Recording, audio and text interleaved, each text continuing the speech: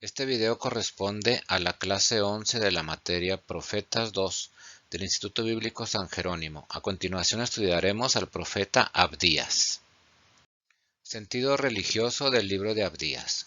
El día de Yahvé, como en otros libros del Tanaj, es la ejecución de una sentencia de Dios contra una nación, especie de proceso judicial, en que la divinidad la juzga por sus crímenes y pecados y actúa en consecuencia. Edom, como todos los demás países que bastardean los derechos humanos y divinos, son castigados de manera inexorable e inmediata. La venganza de Yahvé, al igual que en el libro de Nahum, es nacionalista, por contraposición al universalista Deutero Isaías. Triunfo de Israel. Sobre el monte de Sión habrá salvación, y será un lugar santo, y la casa de Jacob recuperará sus posesiones. Es un magnífico cuadro que contrasta con el de la ruina de Idumea. Israel recuperará sus posesiones, de acuerdo al versículo 17. Triunfará de sus antiguos enemigos, según lo dirá el versículo 18. Se extenderá por todos lados, de acuerdo a los versículos 19 y 20, hasta que el reino de Dios sea establecido en el mundo entero, de acuerdo al versículo 20. Sobre Sión habrá salvación. Durante esa tempestad del juicio desencadenado sobre el mundo, ¿dónde estará el arca de la salvación? En Jerusalén, la capital del reino teocrático. De acuerdo a Filión, será un lugar santo. Triunfo de Israel. La casa de Jacob será un fuego, y la casa de José una llama, mas la casa de Esaú será la paja. ¿A qué se refiere la casa de Jacob? El reino de Judá. Por oposición a la casa de José, el reino de Israel. El reino de Israel es asociado al de Judá para la salud final, de acuerdo a Crampón. Filión cita aquí los Salmos 76, 79, 80 y a Oseas 2.2 y añade, después de haberse reconstituido en una perfecta unidad y haber conquistado sus antiguos dominios a sus enemigos, se lanzará a la conquista de los territorios de estos.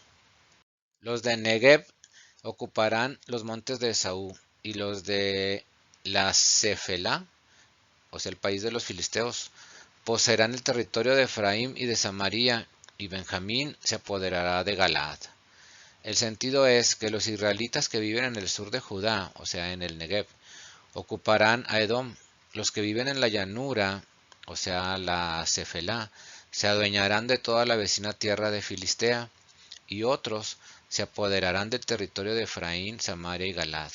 Negev y Cefelá son nombres geográficos que dejan bien definidas las regiones de que se trata, el sur de Judea y el oeste de la misma hacia el Mediterráneo. La llanura de Cefelá está al sur de la de Sarón y esta al sur del Carmelo. Confrontar con Zacarías 7:6. Los cautivos de este ejército de los hijos de Israel poseerán el país de los cananeos hasta Sarepta, y los cautivos de Jerusalén, que están en Sefarad, ocuparán las ciudades del Negev. Sarepta es una ciudad de Fenicia, célebre por la viuda que ayudó a Elías, de acuerdo a Primera de Reyes 17.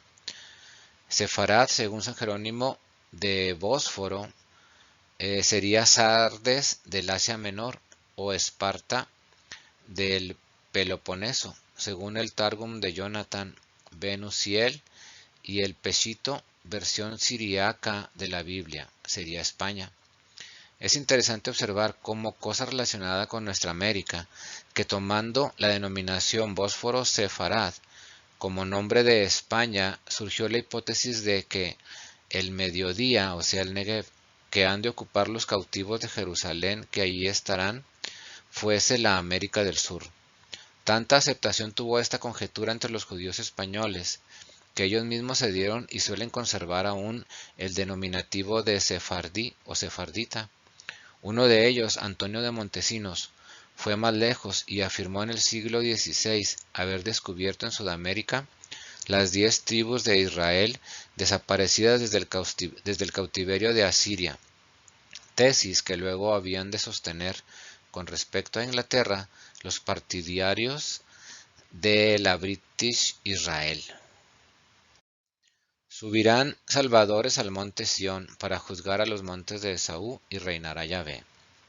La precaria conquista de Idumea en tiempo de Judas Macabeo, Joan Hircano y Alejandro Janeo no fue sino un tipo de lo que aquí se anuncia, y que las predicciones de Abdías pueden bien haberse cumplido de una manera figurada y típica de Nabucodonosor, Zorobabel, etc. Pero aquí, a consecuencia de este triunfo, el reino de Yahvé será establecido universal y eternamente. Glorioso horizonte que Joel abre también al final de su libro, y concluye que las últimas palabras de Abdías, y reinará Yahvé, nos conducen a la época en que la hermosa plegaria Adveniat regnum tuum ya no tendrá razón de ser, o sea, vénganos tu reino.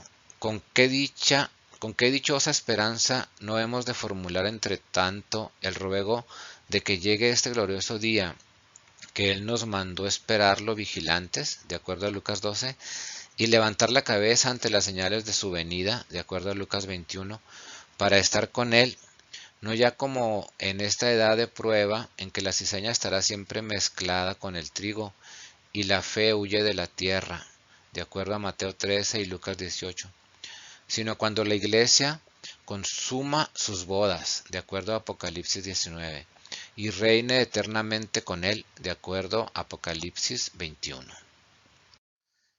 Y de esta manera terminamos con la clase número 11 de la materia Profetas 2 del Instituto Bíblico San Jerónimo.